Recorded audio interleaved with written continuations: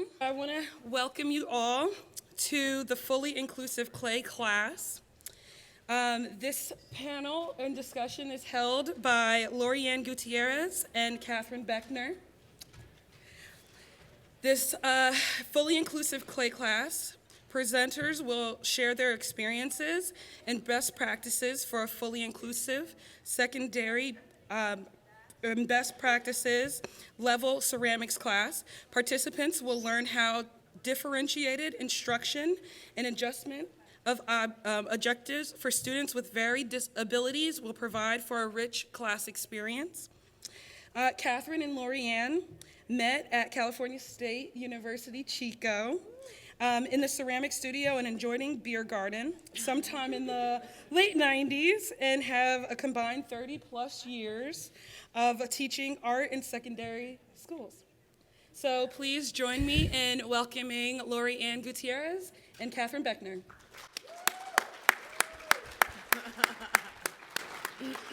Good afternoon. I'm Katherine. And I'm Laurie Ann, and Katherine and I are both teach secondary ceramics classes. As teachers, we constantly reflect on our pedagogy as it affects the growth of our students. We brainstorm and experiment with activities and strategies with the goal of engaging, inspiring, and including all of our students. A fully inclusive clay class is a claytopia. All right. How many K-12 educators are out there? Raise a pinky. Pinky? Okay. How many secondary? Ring finger. Cool. How many university? Thumb. Thumb. Gotcha. Okay. Just wondering.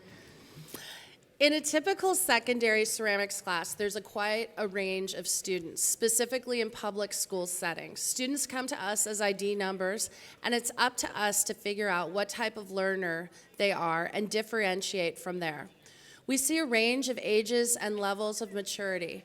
We have beginning and advanced students, students who have never taken an art class, and students who have taken all the art classes.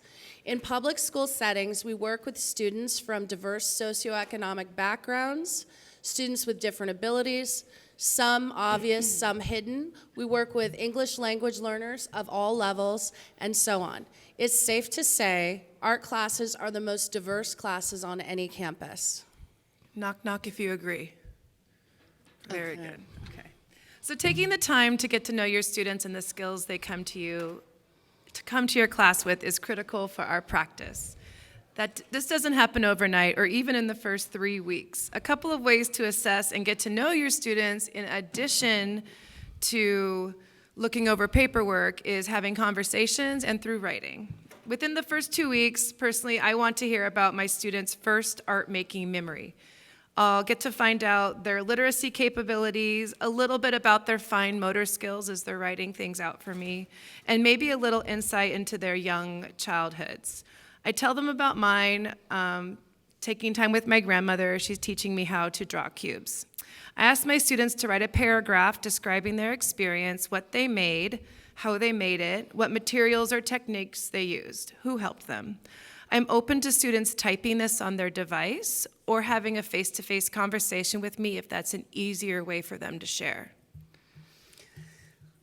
I've used Google Surveys on the first day, or I'll send, I don't know if anyone's tried that. It's free and very effective also. So our classroom claytopias create bonds, enhance learning, and develop students' tolerance and patience for each other. Our claytopias are rich, diverse environments that acknowledge each other's strengths. We as educators grow when we are faced with challenges. Our teaching develops as we build upon our experiences. The benefits of a full inclusion reach beyond checking a box on an IEP or meeting a state standard. Full inclusion feeds students' social, emotional well-being in ways that other educational experiences cannot. For me, the gradual release model is a best practice instructional model where the teacher strategically transfers the responsibility of the learning process onto their students. So we're going for the least restrictive environment. I like to show this at back to school night. because I'm big on students taking responsibility of their own learning, and parents sometimes forget this, and sometimes students forget this. The goal is to have students work independently on a project that they can proudly take home. The goal of the gradual release of responsibility framework is to provide appropriate instruction, moving students towards independence. Importantly, the GRR framework does not have to be linear. Based on instructional objectives, educators may appropriately choose to begin in any part of the frame. Students move back and forth between each of the components as they master skills, strategies, and standards. So when I first started teaching, ELL students and special ed students were totally separated, practically segregated, even in different parts of the campus. Or they spent very little time together. There would occasionally be students with disabilities peppered here and there, but there wasn't a lot of direction, preparation, trainings, or any kind of effort put into the idea that all students can and should learn together. So like a Claytopia, the vision of our fully inclusive Clay class is an ongoing, constantly changing concept that is specific to each classroom community. When you have the 9th grade indoor kid patiently helping the 12th grade cheerleader with a 504 with her project, that's when you know you have a fully inclusive Clay class. In your classes, students should feel like they are part of a community. This is not easy. They share learning goals, learning space, and we as teachers need to facilitate the feeling of fellowship among kids. By developing your classroom communities, students will have ownership of their learning, of the environment, and they will feel accountable. With engagement, we have greater student understanding, better studio habits, a cleaner classroom, increased attendance, and more on-task behavior. Did you know that students enrolled in VAPA classes have higher attendance rates than students not enrolled in VAPA classes? Visual and performing arts. Oh, thanks for asking. Shoot them out. Okay, Kat. Okay, so how are we going to start to build our classroom, our Claytopia? We can develop community in our classroom through fun activities and positive relationships, structure, and creating and maintaining a physical classroom environment that allows students to feel safe so they stretch and explore.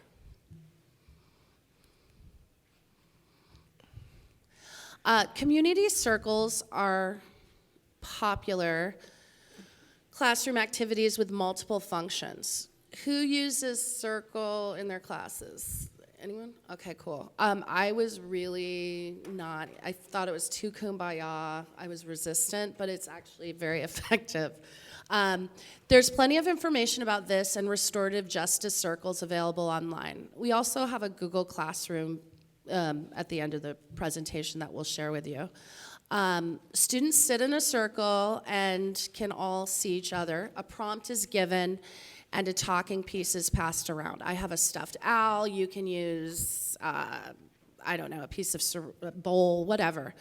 And then what we can do is their circle prompts can cover a range of topics or purposes. So for example, you could brainstorm ideas.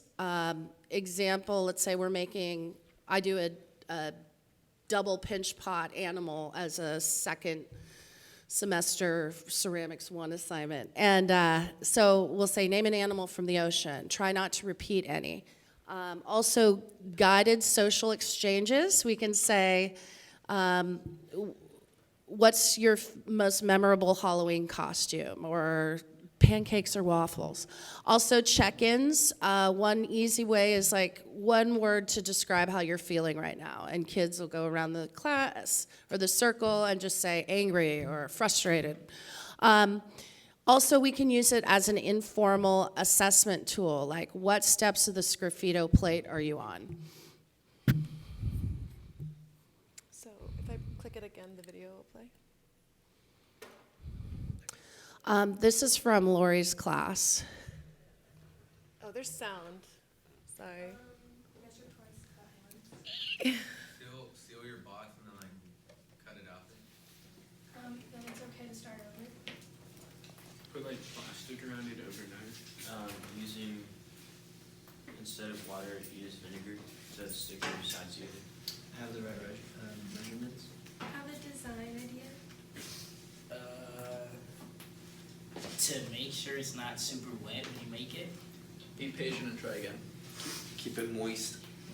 Don't let it dry out. To put coil from between the flap. Smooth it out. What is your favorite kind of pancake? Oh my gosh. Okay. Hey. Okay. Blueberries. Favorite. Blueberries. Banana. Strawberry.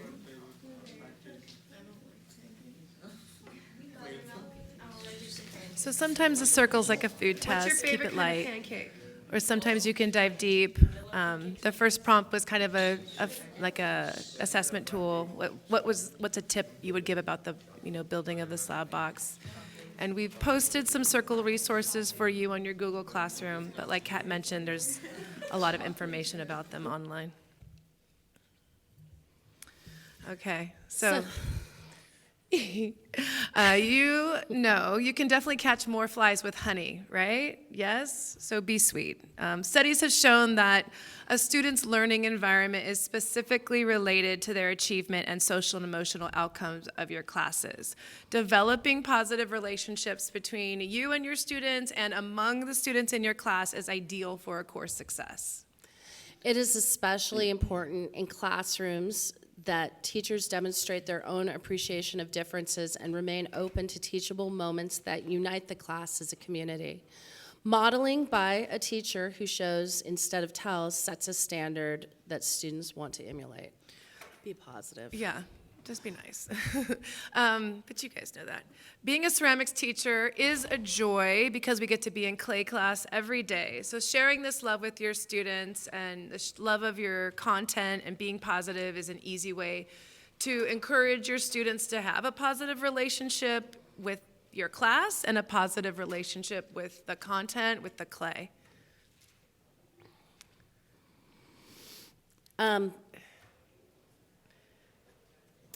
So one of the things, let's go to structure. One thing is structure, and this was for me, embracing students. Structure is like writing with my left hand, but it's so important. What I'll do is I'll create, I do this on Google, because my classes are mixed levels, I'll go ahead and have the agenda up, maybe a warm-up, maybe it might be just a video, shout outs to students, and then I'll have Ceramics 1. I'll have the description of what we're doing. I also add a hyperlink to any videos I plan on showing that day, and then also a visual aid. And so embracing structure has been challenging, but visuals are great for all learners. Who doesn't like to have fun in class? So having an arsenal of like one day, really fun, high interest activities is great for a lot of different reasons. Sometimes there's modified bell schedules, or you have long block periods that you want to break up, or the clay order hasn't showed up yet, or you want to change your seating chart in a sneaky way, or you need to go over scratching and attaching again. So you're also developing community in your classes when you're doing really fun stuff, especially if you're doing it with clay. And we both love doing Sculptionary, Tandem, and Original, and this is an activity that is requested on a very regular basis by students, and all these resources are in the classroom. So I run an original version. Kat likes to show the Jimmy Fallon Tandem Sculptionary clips off YouTube. It's part of his late night show, and it's very fun, and the kids really can't wait to try it. Yeah, for the first time we do this, I'd like to show the video to get them into it. Anything on a screen. Students are really interested in looking at screens. I don't know if you've noticed that. Screen time. So the positive physical environment. The state of our studios and classrooms play a key role in the creation and maintenance of our Claytopia communities. Students like to create and build in a clean environment and will take more ownership in maintaining a clean environment if they are familiar with cleaning routines. Students who know how to access the different components of your classroom are in control of their learning. Using appropriate audio and visual stimulation can complement your curriculum. So for example, up here, I have a poster of just classroom norms that students did. I have them make their own posters. So like procedures, walk into the classroom, go to your cubby, take out your work, start working before the bell rings. You know, so we have, so that they, again, by having them make the posters and having them displayed, again, it's just a way to have ownership in the classroom. So children learn from each other, we learn from each other, so it only makes sense you're going to create this community for that to happen. Okay.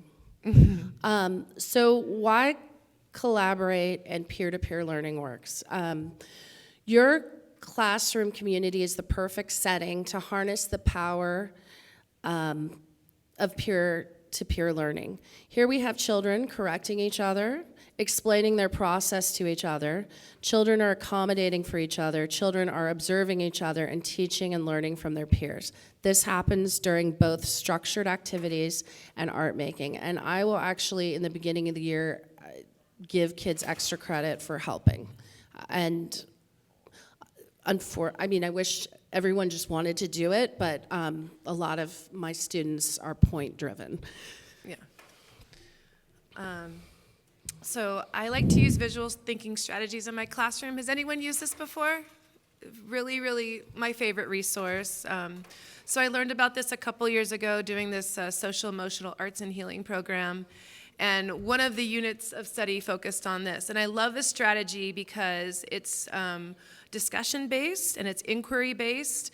And you can have a classroom, like a very dynamic, diverse classroom, and low function, or students that don't that's their only gen ed class can contribute with just basic accountive observations, contribute, and some students will be, trying to come up with a theory about the work of art or how the artist made it. So it's like very robust, very dynamic, and it's one of my secret weapons that I use. The skill transfers to their thinking and communication skills. It bolsters their writing, their reasoning, their observation skills, and VTS is also used in pre-med programs, nursing programs, criminology programs, and so on and so forth. So it's a really great practice to look closely at things. And I think we have a video. Visual thinking strategies have a very, very positive impact on classrooms. It teaches thinking skills that kids need, teaches language development, teaches strategies for kids working together collaboratively, learning through and with each other. What happens in these classes, with an image as the starting point, is that everybody participates. I disagree that they're going to a restaurant. He has a pad and some brushes. If they're going to a restaurant, why would he bring that? Initially, I thought this is just something for fun, something for art. But then I began to see how, oh no, this could be good for reading. This could be good for math, for developing social skills. Students who struggle with confidence in other academic areas find the confidence in themselves to raise their hand and share. It is no longer acceptable to sit back and not talk about what is going on in the classroom. Every 3-year-old will look at things for a long time, and they learn language by way of identifying things that catch their attention.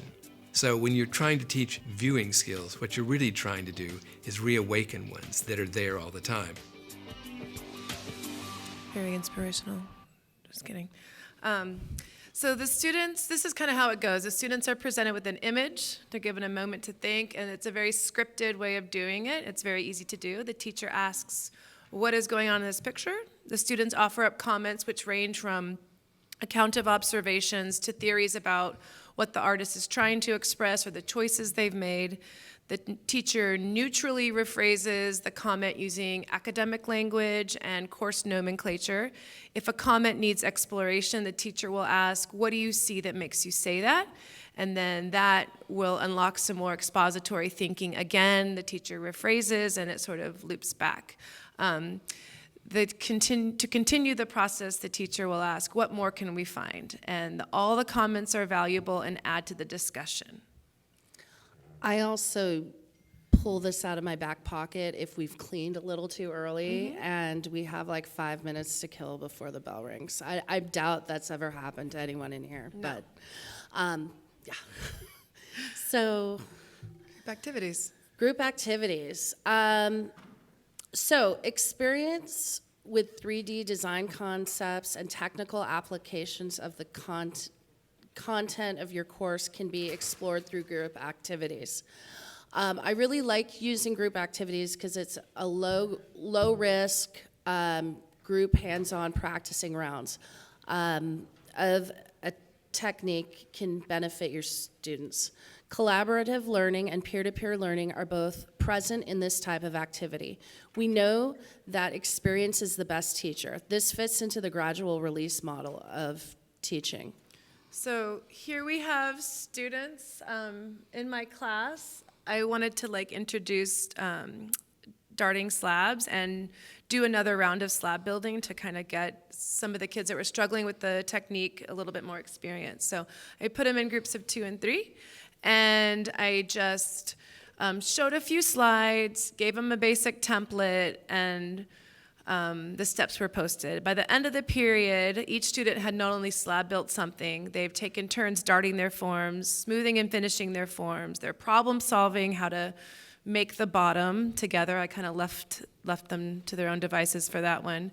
They're learning from each other, they're watching each other really closely, they're guiding each other, they're correcting each other, they're giving directions to each other, and then it's just a really great, it's kind of like they do all the work, and then I just get to walk around and see how cute they're being. And as an extension, I just had the kids take a picture, give it a catalog name, and then they loaded their slides, and then for the next unit, I just played the slides, and it was really cool to see the work up on the board. So warm-up activities are easy, stress-free ways for students to connect with the material in an autonomous way. Students can then share out their ideas and their process. Warm-up activities can be specifically curated to connect with your next unit. Other ways to get kids working with their hands and exercising their design brain. Can anyone guess what the next unit was going to be? Realistic food. So I did a realistic food unit, and I use YouTube all the time. I just did a search, clay food, and I found this. And so students watched this. They then sculpted. You can use Play-Doh. You can use your regular clay. But the idea is just learning the process and making mistakes. And then after this, we just had an informal gallery walk. And here's some more group activities. And by the way, there was a long time where I thought that clay class should be really autonomous, and I didn't think there was room for group activities, but they're so beneficial, and I really, really enjoy watching the kids work together. So it's it really complements any curriculum, and it bolsters a lot of their technical skills as well. So here's some more ones that we did. So both of these activities we did when we returned from winter break. So I said sculpt your winter break, then share out. So this was a way that we could just get a feel for what people did, and I could hear some of their stories. And I did it too. And over winter break, if you remember, recently Bird Box came out, and everyone was losing their minds. And so we did, obviously, the Bird Box challenge. I got 30 blindfolds off Amazon for $10. And had the kids recreate their first project, which was just very basic geometric forms. And so that was a very fun thing for them to do. Okay. Oh, and we posted this in our Google Classroom, which we're going to give you the class code at the end. Okay. More group activities for maybe more advanced students. Press the video from Peter. Oh, I'm sorry. Go ahead. No. You talk about this one. All right. How many people have watched? We have a Peter Volkus video. Most of my students do not know who Peter Volkus is. So this the Lord's work. Yep. So I'll show this video, and then I have I have my classroom organized in 5 separate tables. So we'll have a sculptathon. like a wheelathon or a walkathon, but it's a sculptathon where they all have to make their own Peter Volkus sculpture as a group. So they all make individual pieces, and then they need to then put it all together. And then for advanced students that are also in the class, I make my advanced table do this, and they can use the wheel if they want to. The Great Pottery Throwdown, has anyone watched that? Thumbs up, thumbs up. Okay, great sub activity.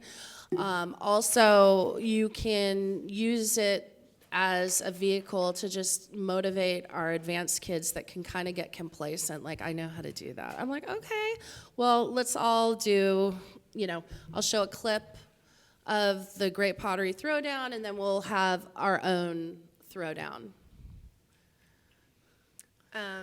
This is another fun activity, group activity that I did in my classes. I did it, it was the first clay thing they did about 2 weeks in, so they were definitely chomping at the bit to touch the clay. And I wanted to do a group activity, and I wanted them to learn how to store their clay in the classroom, like where to get their tools and slipping and scoring. So we did like a clay version of this 20th century parlor game, Exquisite Corpse, and on the bottom you could see like this mishmash. Artists will draw something, fold it, pass it to the next person, they draw it, and then at the end you can reveal this like Frankenstein collage thing. But I did the clay version, so I got them in groups of 2 and 3, or 3. Oldest, youngest, middle kid, they determined that on their own, so they were socializing. Then I had the oldest kid, they all thought of an animal. The oldest kid sculpts the head, the middle kid sculpts the neck down, and Cindy, the youngest, gets to sculpt the legs, the tail, the butt, or whatever. Then I teach them how to slip and score, we squish them all together, and you can tell this is a good activity because my principal walked in and just sat down and had to get going on it, so I knew that was a good one. I hope you get to enjoy it. This is probably the greatest video you'll ever watch in your life. Here is a fantastic. Yeah. Weezy out of here. How you doing? My name is Nico Miriam. Anthony the King. And we're here to demonstrate how to correctly clean a dirty wing. Sauce it down, sauce it up. You too much, ain't enough. Where you from? Throw it out. Going nuts, going down. Sauce it down, sauce it up. You too much, ain't enough. Where you from? This is tiring. I made a mess. We'll show you how to clean it. Oh yeah, my bad, no. Grab your rib I need to remove the excess slip off of your rib. It is a metal rib, don't judge. We're learning, or wood rib or something. Now you take your sponge and wipe off the wheel with the sponge. Then get your clay and put it in the recycling where it belongs. Now you take your tools and wipe them. Water. I drip on your like water. I splash on your with the water. I feel like I'm 21 Savage. I pull up The tools, a thorough clean, put them back to where they belong.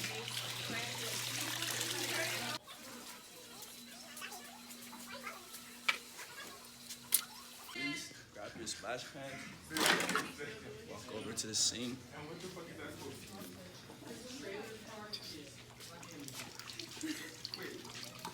Okay, water, drip, water, splash, water. I drip on your like water. I splash on your with the water. Water, okay, water, drip, water, splash, water. I drip on your like water. I splash on your. You take your splash pans back and you put it back on the wheel. Laurie, did you have to heavily train the students to make a video? Obviously, no. They are very good at making videos. So this was just like advanced students were asked to create an instructional video as their final, and these guys decided to do how to clean the wheel, which I thought was really great. But there was a lot of different videos, and then I have been reusing them like for different units, just pull it out. So yeah, this made me really happy. Ultimate peer-to-peer learning. Here we go with our gallery walks, our work in progress. Okay, so the gallery walk. This activity can be casual and structured. Students basically get up and check out what their classmates are working on. It feels strange being in front of people behind a table. This would not work in a high school environment at all.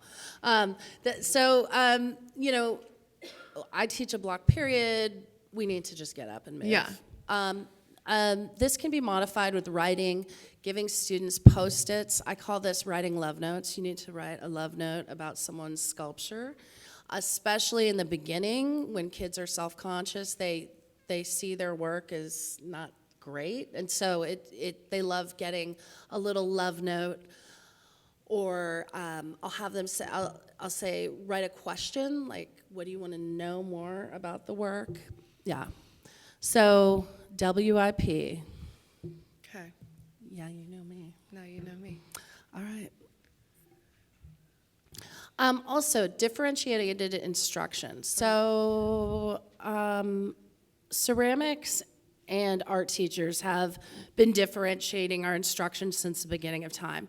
And we do a really good job at it, and I don't think we're appreciated enough for that.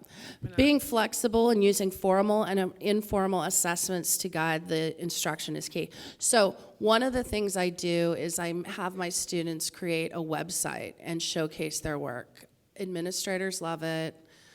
It's the tech piece, and also you have to teach the kids how to take a decent photograph of ceramics. So here's an example of a student website, and I just use Wix. It's free. I'm not a huge fan of the Google website building program, but it's free and it's easy for students to save their work in a Google Drive. Okay, so this is our differentiation piece. It's okay. It's possible. Okay.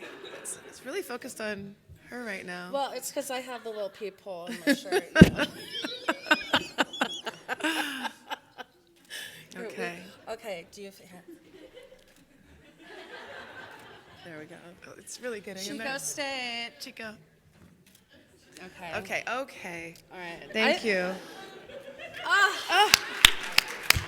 Paparazzis. Just, yeah. Yes. Okay. Oh my gosh. All right. Whew. Okay. So it is possible to the untrained eye that our fully inclusive clay class is going to look like a damn circus because we're serving up all this differentiated curriculum. There's like steps posted on the board. There's a video projecting over here. There's like a bunch of handouts everywhere. It's students helping each other. Yeah, it's crazy and it's a lot, but it works. And let's be honest, math teachers cannot pull this off. Right? Are there any math math teachers in here? Good, good. Oh, okay. Whew. Oh, one? Not yet. Okay. Shh, don't Okay. admit it. All right. I have a great lesson. Okay. For color Well, we wheel just that feel involves a obligated to protractor. share this. It behooves us to share this because if you're a credentialed educator, you are familiar with these legal types of documents. We're talking about IEPs and 504s, and they rarely have information that apply to your class. Makes total sense. But familiarizing yourself with your kids' like paperwork is beneficial. Also connecting with their TOR, their teacher of record, or their advisor of the student is another great resource as you're planning your differentiation. And for students who access the curriculum through a para-educator or aide, it's important to connect with this person professionally as well.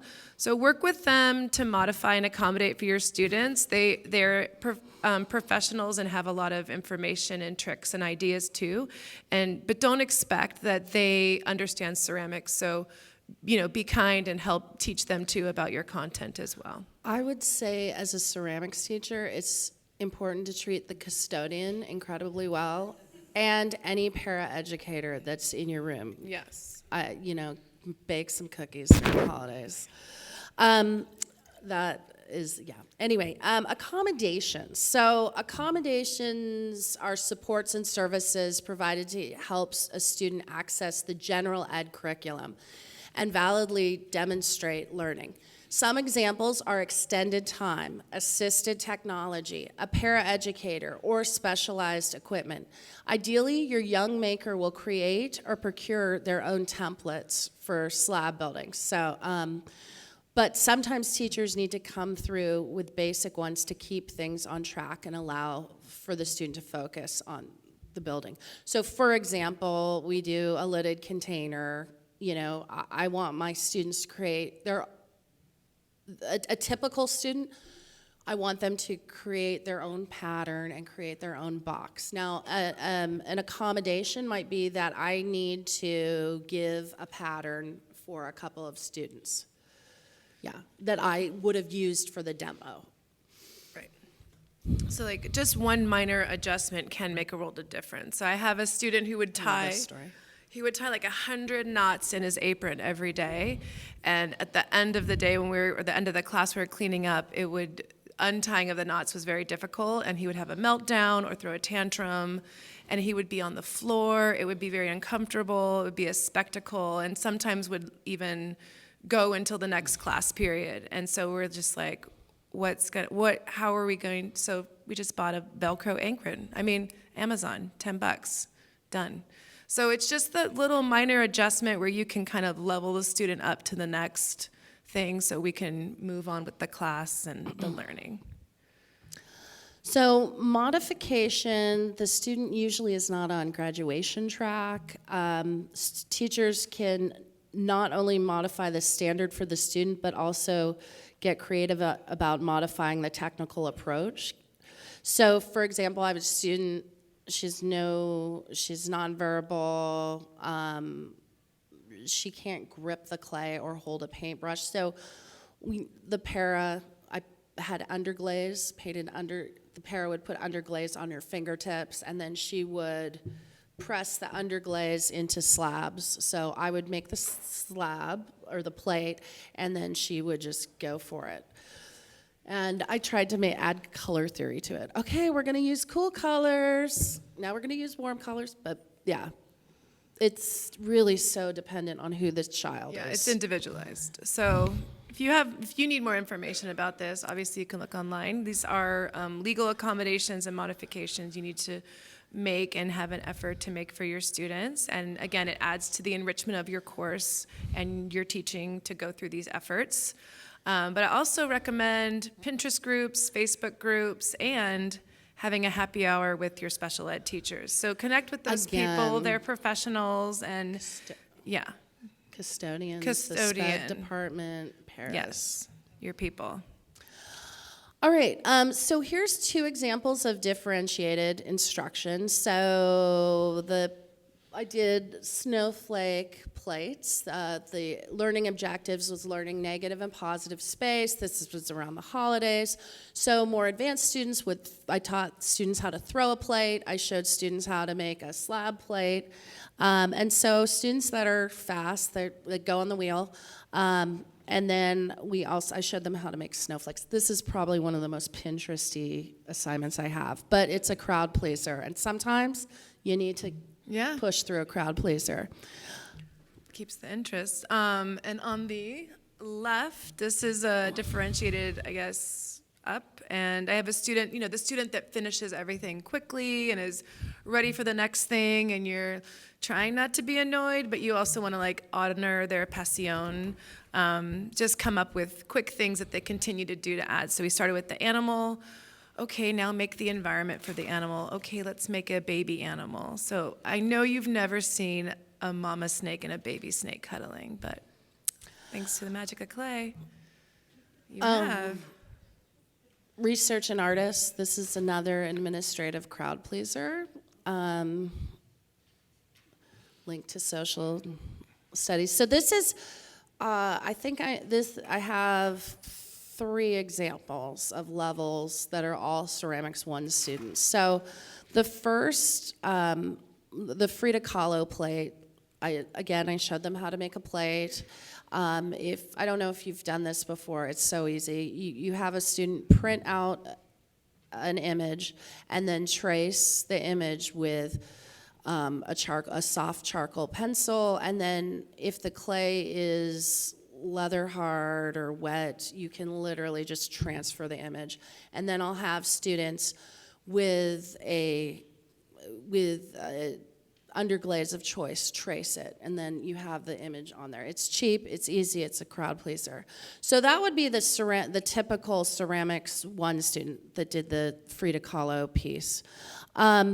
Another level, ceramics 1 student, he actually wanted to take something out of the painting and sculpt it. You know, he's just a high achiever. And then my student that was in AP art and just took ceramics on the side, he looked at the work of Basquiat, and I wish I had a closer shot. That's the plate behind Frida. And he was just capturing the essence of the artist, because we don't want our students, like, at some point not to just copy. So that's how some of the ways in which I deal with changing the expectation, but again, we're all working. So here's examples of, this fundamental ceramics 1 assignment, coil pots, and notice how different they all are. The expectation, and I'll have this, I think I have this assignment on Google Classroom. So I'll have a handout with images of different coils. Yeah. We gotta move this. And then, yeah, we do. So here we have ceramics 2, ceramics 3. I'm in Piedmont. There's a park. There's a vase in the park. And so the assignment was for advanced students. They did the pinch coil method. They had to have a neck, a body, and a foot, and then describe how they were a part of the community. So I'd say the highest level is this person that did the torso. That was their interpretation of a vase. And that's fine. That's great. I love it. So all of these assignments were happening at the same time. The coil pots and then the Piedmont vase. Here's just another example, the beloved Wayne Thiebaud box. So the goal is to make a realistic looking dessert. It's a box and you focus on texture. So some students are going to opt to throw. Some students are working with slabs or other like hybrid techniques, or they're pinching or sculpting. And some students are modeling solid forms and then scooping them out. And some students, as a heavy modification, are just making a solid dessert, and they're going to focus on texture and glazing, just to kind of keep up with the class and still bring a fun dessert home to mom and dad. Don't show a donut as one of the examples, I know. because then you'll get 30 donuts. Ugh. There's always a donut made. So AP 3D design, I just started doing this 2 years ago. How many people, anyone doing this at the high school level? Okay, so it's great for highly motivated high school students. And again, I have a link in our Google Classroom, and if you want to talk more about it, I can later. Enhanced experiences. All right, so we're doing it. We've got there. We've created our communities. We've differentiated our curriculums, and now it's time to like level up our Claytopias, make some memories, have a lot of fun. So we've got clubs. Everybody loves a class party where you get to use your tea bowl or your cereal bowl. Sorry, I lost my place. Oh. Sales, of course you have to make some money. Field trips and community projects will really give your class the edge of being a favorite on campus. I have a class page. It's Piedmont_Clay, and Laurie has samo.clay. Mm-hmm. And this is a great opportunity for students to get validated. That's our culture. I had a student upset with me because I posted someone else's work. And that was a teachable moment. I said, well, just because this student's work is strong, that's not taking away from what you're already doing. But again, it's great. I also invite parents to follow. Parents love seeing their students doing things. Very cool. Okay. Contests and field trips.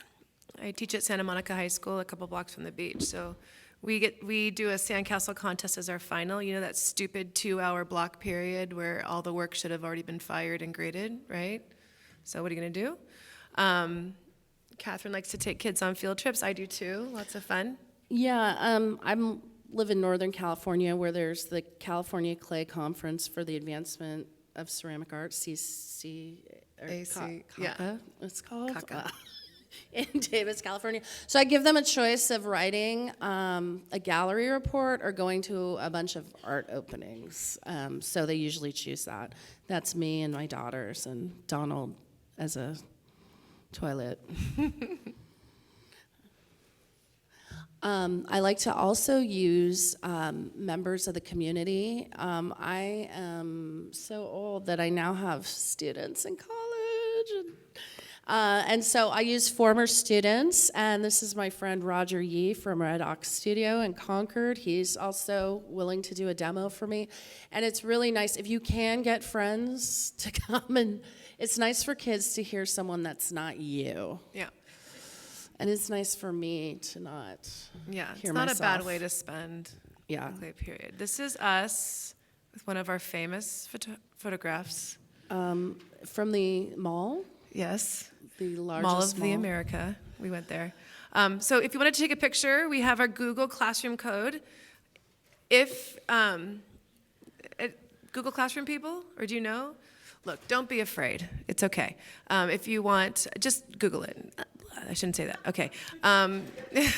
You can add us our Instagram if you want to follow us with your clay class Instagram or your Instagram, and our emails are connected to the Google class. If you go to Google, you go to more. Wait, you go to the thing. What am I doing? Yeah, we're gonna. Okay. Does anyone have any questions? Yeah. Are there any questions? Anything? Yes. Yeah. Yeah. Oh, thank you. Thanks, Grace.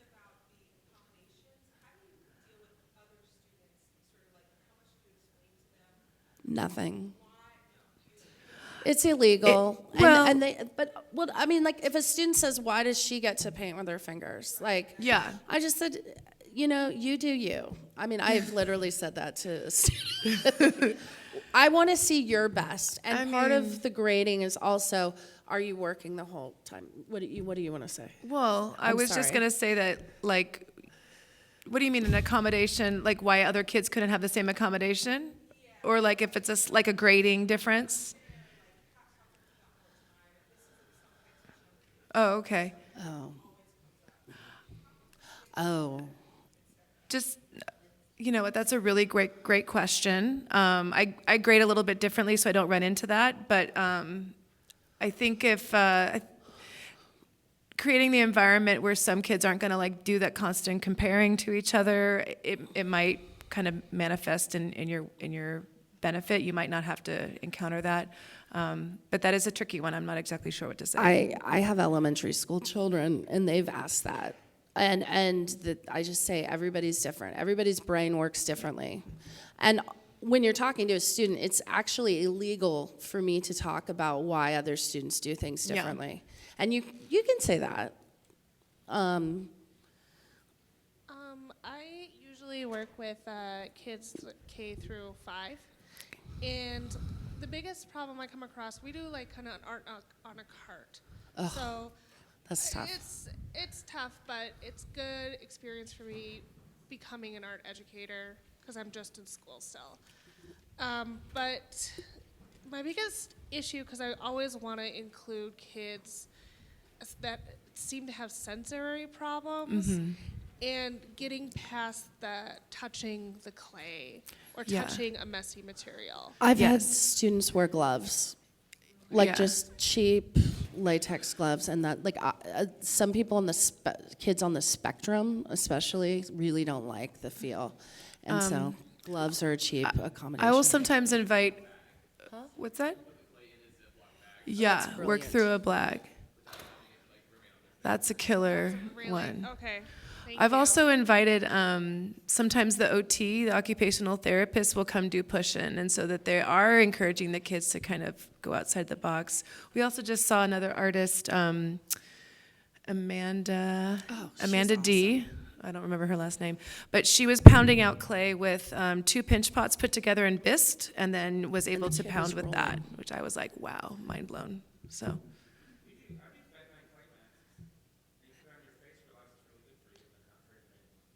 Oh.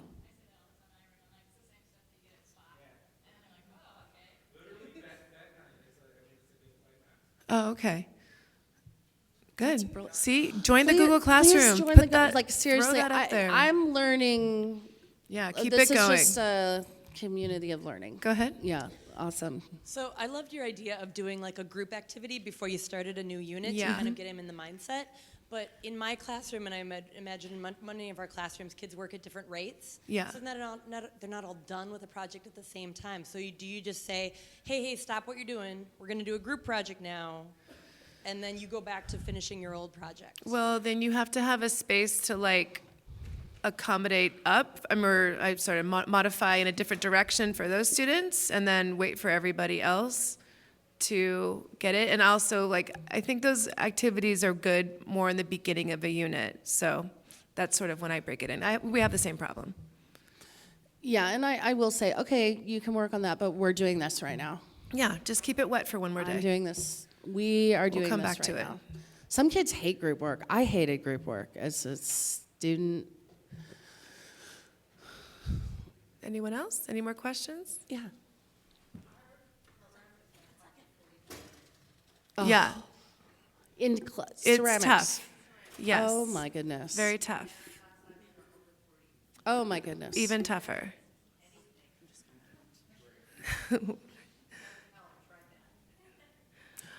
I mean, I would just keep the kids on a tight routine with cleaning to maximize.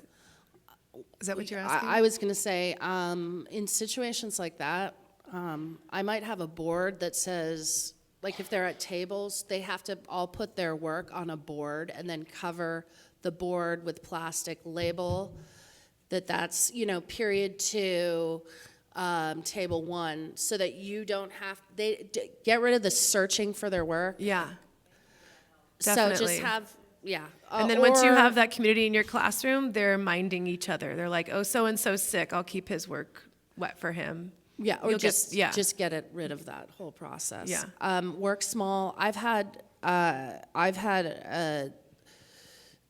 give each kid an individual. This is so much prep, but individual Ziploc bags for the work or for the clay, depending on how old they are. I've done that with. I had 6th grade rotation, same thing.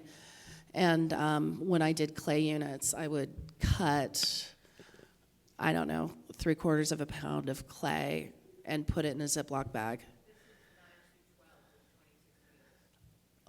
Jeez, lady. Wow. Yeah. Wow. Yeah, I give want her to. Yeah, hugs. I want to give you. That guy behind you wanted to He give wanted you a to hug you. I He think. was I patting. think. Hug. Yeah. I mean, that's That's something tough else. because it's hard to get on the wheel and you want that. 30. So they have 20 minutes on the wheel. 30 minutes. Yeah. Well, I think this was really cool that there was a lot of crosstalk as well. So please join the Google Classroom and we can continue to add to the conversation and share our best practices.